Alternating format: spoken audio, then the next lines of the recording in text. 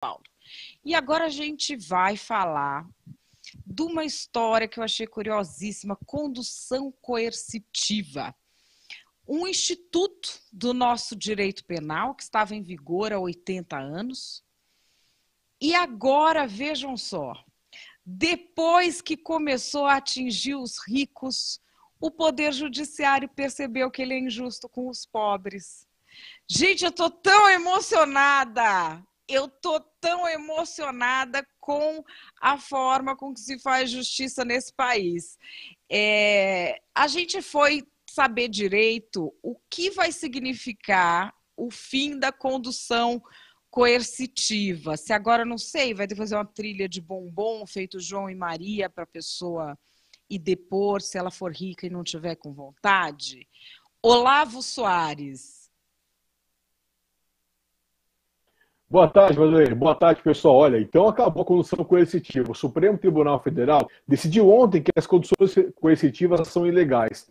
Esse tipo de condução, ele é aquele em que a pessoa é obrigada a ir até uma audiência policial para prestar depoimento. É famoso aqui no Brasil, depois que o ex-presidente foi submetido a uma, lá em março de 2016. Coincidência, uma das partes que moveu a ação do Supremo, essa ação foi julgada e determinou o fim das conduções, uma das partes, a outra parte, é a Ordem dos Advogados do Brasil, a OAB. A decisão do Supremo, que foi finalizada ontem, foi uma decisão muito acirrada e foi concluída com o placar mais apertado possível.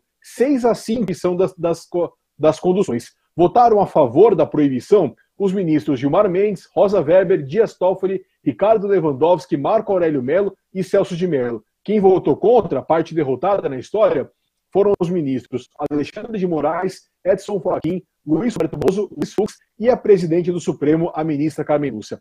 Essa decisão tem sido muito criticada desde que ela foi confirmada pelo Supremo ontem, e uma das pessoas que criticou é o presidente da Federação Nacional dos Policiais Federais, o Luiz Antônio Burdens. Ele conversou com a gente sobre isso hoje, vocês vão ouvir o depoimento dele. Ele falou que ele considera muito estranho, até como você mesmo falou no comecinho, Madeleine, que uma questão que está colocada há muito tempo no direito, e 30 anos já praticamente que nós temos a Constituição Federal, a Constituição foi promulgada em 88, apenas depois desse intervalo longo de tempo, só agora que o Supremo decidiu considerar ilegal as conduções. Vamos ver o que ele disse. A condução coercitiva era um instrumento utilizado na medida que se precisava das informações daquela pessoa conduzida, né? E o que nos deixa ainda mais, aumenta essa preocupação, é porque a Constituição, em outubro, faz 30 anos, né? E a matéria foi julgada inconstitucional, quer dizer, uma matéria que já era de 1941, que vem no Código de Processo Penal a previsão. Então, se você pegar o Código é de 1941, a Constituição é de 88, o decurso de tempo de validade da lei e da Constituição não permite a gente fazer uma outra análise que não essa de uma análise de momento, em virtude das pessoas que foram alvo da condução coercitiva. E ele também falou que a Polícia Federal vai sofrer impactos com essa decisão, vai ter que rever alguns dos seus procedimentos.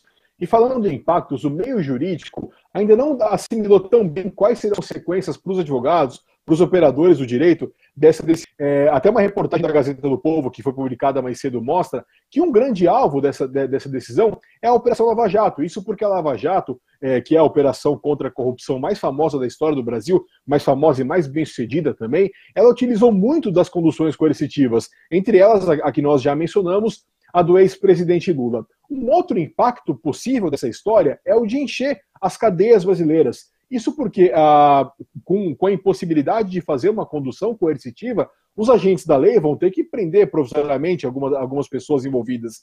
Quem falou com a gente sobre isso foi o advogado Dário Júnior. Ele explicou um pouco mais esses argumentos. Vamos conferir. A condução coercitiva, da forma como ela estava sendo aplicada pela Justiça Federal, era como se fosse uma medida mais benéfica para os investigados. Eram situações que caberiam prisão temporária de 5 dias, prorrogáveis por mais 5.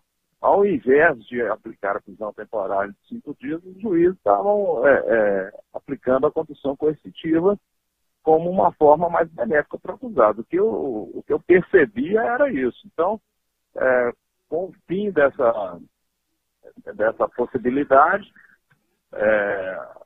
eles vão aplicar prisão temporária.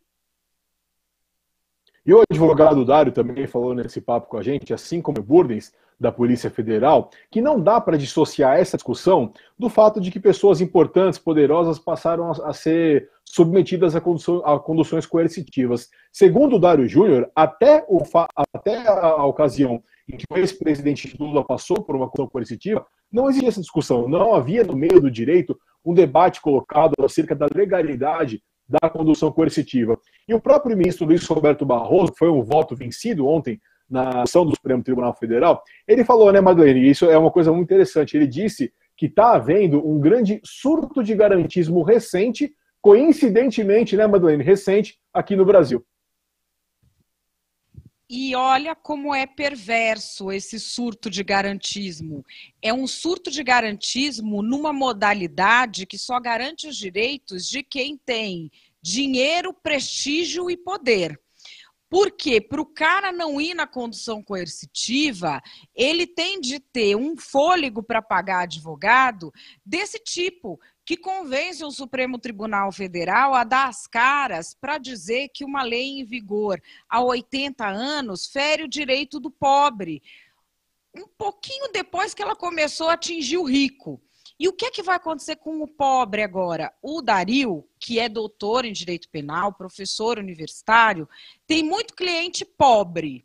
O Dario atende pobre, daqueles que ficam mandando WhatsApp. E aí, doutor, o HC não vai cantar lá na cadeia? Ele tem esses clientes.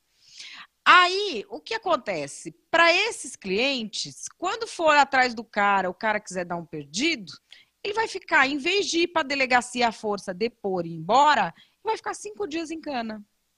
Vocês acham que isso vai acontecer com o seu Lula?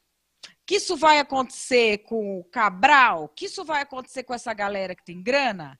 Não vai. Não vai. Mais uma vez, vai piorar para quem não tem recursos, para você poder garantir direito de gente que não paga nunca pelos malfeitos à altura do que devia. Então, assim, é um espetáculo triste, né, Olavo? Não sei para que pautou esse negócio, juro por Deus. Não sei qual é o que estava sob risco de condução coercitiva que movimentou tudo isso. É um espetáculo triste, não dá mesmo para não pensar nesse caso, né? É uma enorme coincidência, isso via discussão agora com a Lava Jato fazendo a devassa que fez, e como a gente falou, o advogado Dário também falou, vai encher cadeia, né? A superlotação das cadeias é um debate já feito à exaustão aqui no Brasil, um problema grave, que as extensas milhões do ano passado demonstraram isso, e estamos caminhando para mais um fator que vai encher cadeia, e não vai encher de quem tem advogado poderoso, como você mencionou, né? Bom, a gente vai colocar isso lá no blog A Protagonista, em complemento à cobertura que a Gazeta do Povo já está fazendo. A gente está trazendo mais essas visões. Você que é assinante da Gazeta já leu bastante sobre esse assunto ontem e hoje. Olavo, até segunda. Um beijo. Valeu, até segunda-feira.